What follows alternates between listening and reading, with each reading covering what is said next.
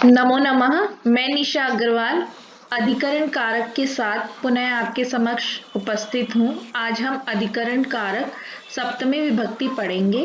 षष्ठी विभक्ति तक हम पहले पढ़ चुके हैं, एक बारी उसको पुनः अभ्यास कर लेते हैं। कर्ता ने कर्म को करण से के द्वारा संप्रदान के लिए अपादान से अलग होना, संबंध का के की रा रे री। यहाँ षष्ठी विभक्ति तक हम सब, संबंध कारक तक हम सब पढ़ चुके हैं। आज हम सप्तमी विभक्ति अधिकरण कारक पढ़ेंगे, जिसके चिन्ह में और पर हैं। कर्ता और कर्म से संबंध किसी क्रिया का जो आधार स्थान होता है उसे अधिकरण कारक कहते हैं। क्रिया का जो आधार होता है उसे हम अधिकरण कारक कहते हैं। जैसे कि राम पढ़ता है, राम पढ़ता है, राम कहाँ पढ़ता है? राम विद्यालय में पढ़ता है। तो विद्यालय क्या हो गया? आधार हो गया। कहाँ पर? विद्यालय में पढ़ता है। राम खेलता है, राम खेलता है, कहाँ खेलता है? राम मैदान में, क्रीड़ा क्षेत्र में खेलता है।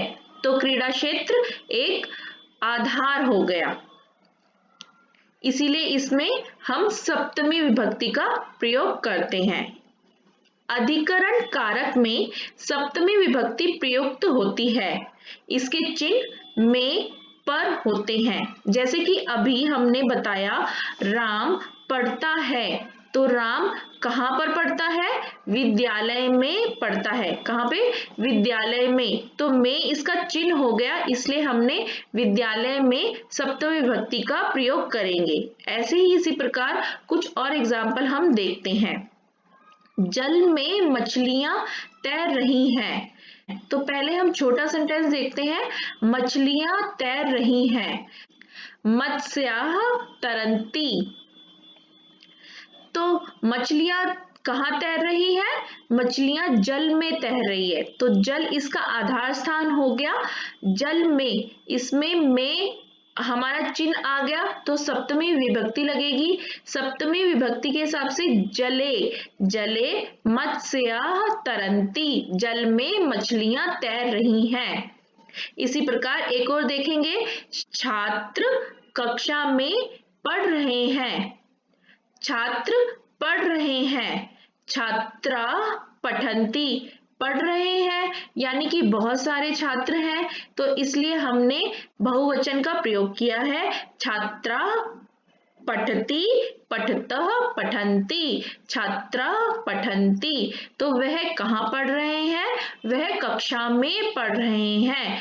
तो कक्षा हमारा स्त्रीलिंग का शब्द हो गया। जैसे हमारा लता का चलते हैं, उसी प्रकार हमारा कक्षा का चलेगा। लता शब्द सप्तमी में हमारा होता है लतायाम, इसी प्रकार हमारा कक्षायाम होगा। छात्रा कक्षायाम पठन्ति। आगे देखते हैं। इसी प्रकार आपने पहले शब्द रूप याद किए होंगे। लास्ट क्लास में भी आपको बोला गया था कि बिना शब्द रूप के हम सेंटेंस नहीं बना सकेंगे और हम ना ही विभक्तियों का यूज कर सकते हैं। तो आशा करती हूँ कि आप सबने शब्द रूप बहुत अच्छे से याद कर लिए होंगे। बाकी फिर भी मैंने ये तालिका बनाकर आपको समझाने का प्रयास किया है। इसमें मैंने पुल्लिंग शब्द, स्त्रीलिंग, नपुंसकलिंग लिए हैं। देखते हैं हम सप्तमी विभक्ति में कैसे क्या शब्द बनते हैं। बालके, बालकयो, बालकेषु। इसी प्रकार हम किम शब्द के रूप भी साथ के साथ कर रहे हैं। आपने पहली क्लास में भी देखा है, हम हर विभक्ति में किम के शब्द भी साथ के साथ करते हैं। तो इसमें एक वचन में ही सिर्फ अलग है, आपको याद करना होगा, ध्यान रखना होगा। कस्मिन बालके, किस में, कस्मिन मतलब किस में, बालके बालक में पर, किम शब्द के हिसाब से द्विवचन में कयो बालकयो, बहुवचन में केशु बालकेशु।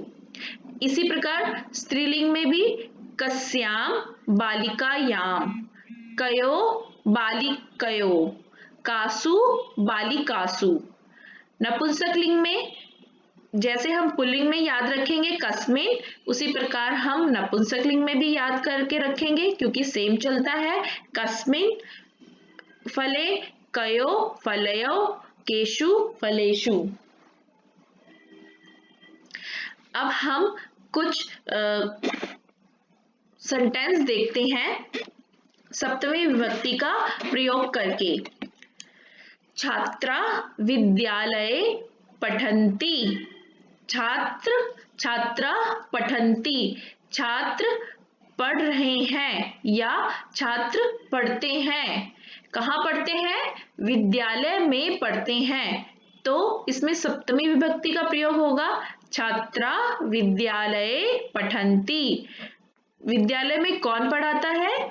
कौन होता है? अध्यापक होते हैं। अध्यापका छात्रेषु स्नेहयन्ति, अध्यापक छात्रों में स्नेह रखते हैं या छात्रों से स्नेह रखते हैं। ये एक्सेप्शनल केस होते हैं। ये उपपद विभक्ति है जिससे स्नेह रखते हैं, उसमें सप्तमी विभक्ति का प्रयोग किया जाता है। विद्यालये क्रीड़ा क्षेत्रम अस्ति, क्रीड़ा क्षेत्रम खेल का मैदान है। कहाँ पर है? विद्यालय में है। विद्यालये क्रीड़ा क्षेत्रम अस्ति। छात्रा क्रीड़ा क्षेत्रे क्रीडन्ति, छात्र खेल रहे हैं। कहाँ खेल रहे हैं? क्रीड़ा क्षेत्र में खेल रहे हैं। ते प्रसन्ना भवन्ति, जैसे कि आप अभी देख भी रहे हैं, आप चित्र के माध्यम से देख भी सकते हैं कि वह मैदान में खेल रहे हैं। ते प्रसन्ना भवन्ति, वे होते हैं, क्या होते हैं? खुश होते हैं, प्रसन्न होते हैं वे। आगे देखते हैं अब। सिंह कुत्र वसति, सिंह कहाँ रहता है? स गुहायाम वसति, गुफा को हम संस्कृत में गुहा बोलते हैं और गुहा शब्द स्त्रीलिंग हो गया। स्त्रीलिंग के हिसाब से सप्तमी विभक्ति में हम गुहायाम बनेगा, तो सह गुहायाम वसति, सह गुहायाम गर्जति, वह गुफा में गर्जता है। गुहासु मुनय वसन्ति, मुनि कहाँ रहते हैं?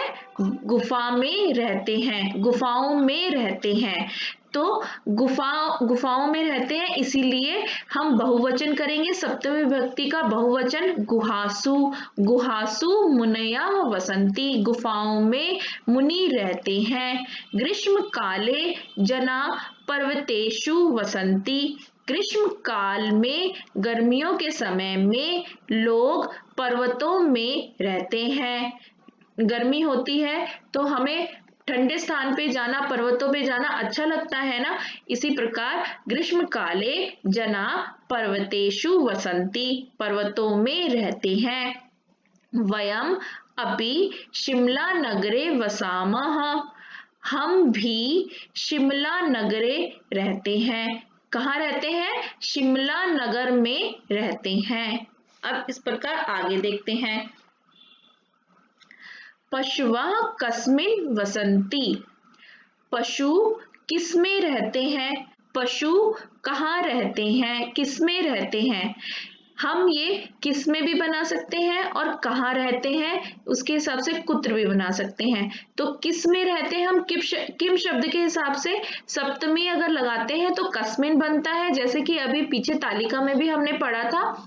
तो हम अगर ये बनाते हैं पशु किस में रहते हैं तो पशवा कस्मिन वसन्ति, या पशु कहाँ रहते हैं तो पशवा कुत्र वसन्ति। ये दोनों प्रकार से शब्द हम बना सकते हैं।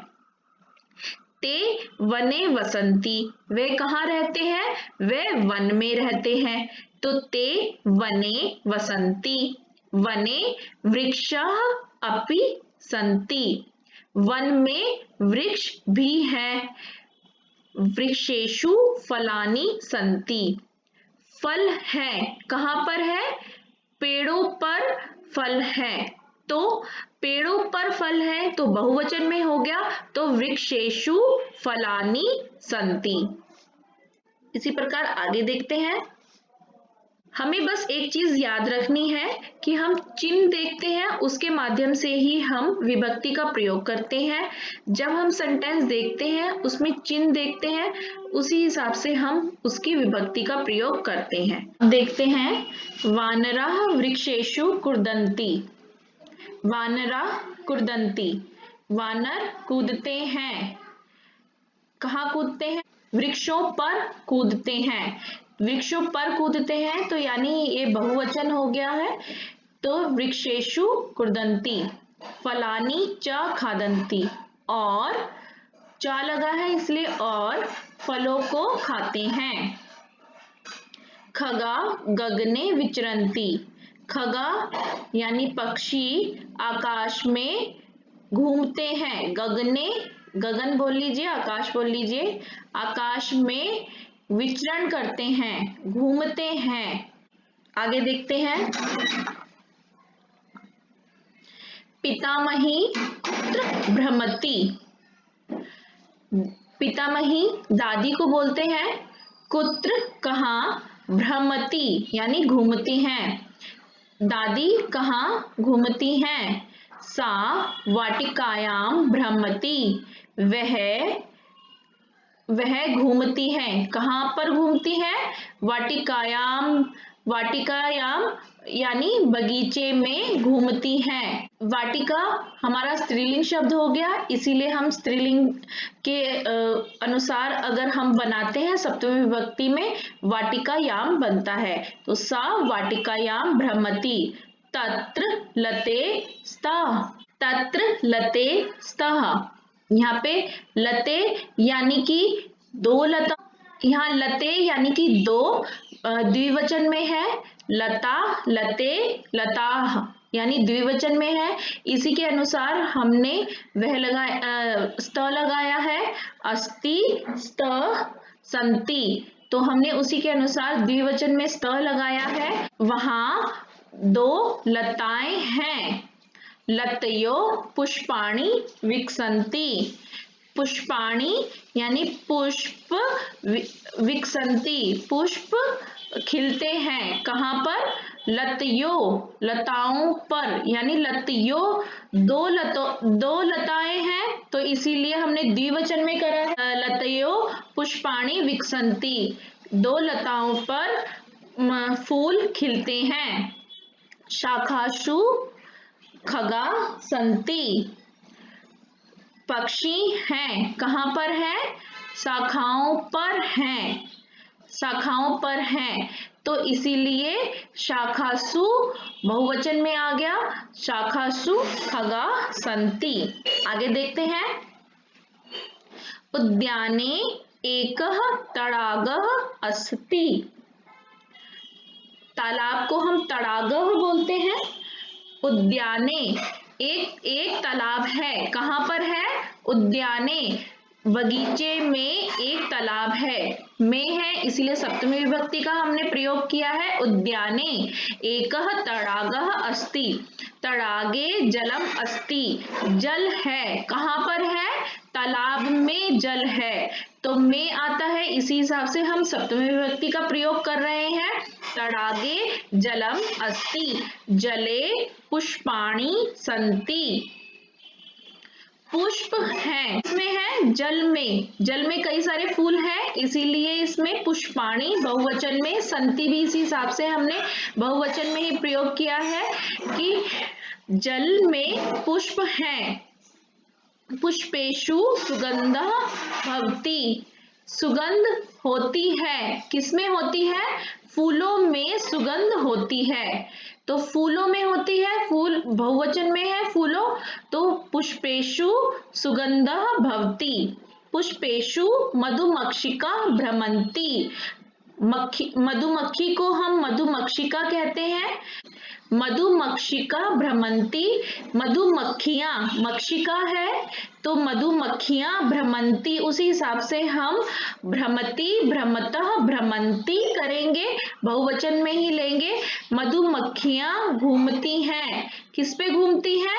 पुष्पेशु, फूलों पर मधुमक्खियां घूमती हैं। पुष्पेशु भ्रमरः गुंजन्ति, भ्रमरः यानी भंवरे गूंजते हैं, भ्रमरः भी बहुवचन में हो गया, उसी हिसाब से गुंजन्ति। आगे देखते हैं।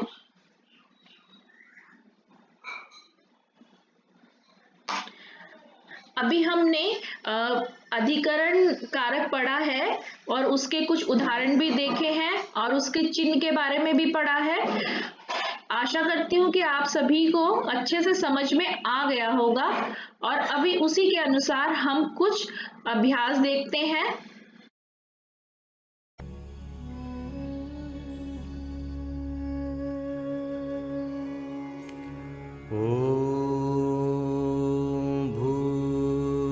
भूर्भुवस्वः तत्सवितुर्वरेण्यं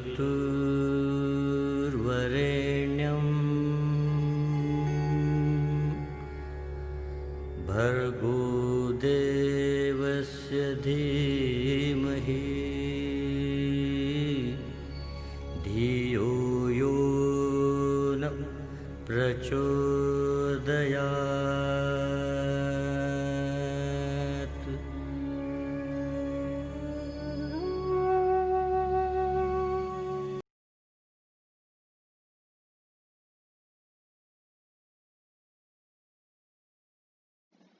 एक पद में उत्तर दीजिए।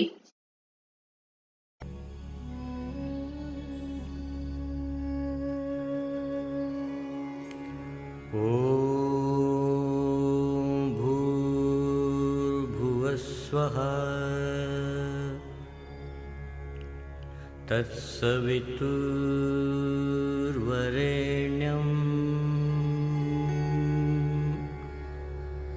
भर्गो देवस्य धीमहि धियो यो न प्रचोदयात्।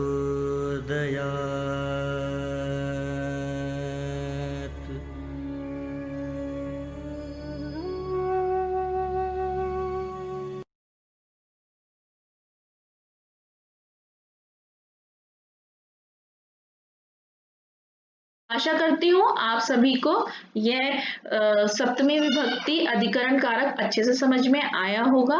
नेक्स्ट क्लास में मिलते हैं। नमो नमः।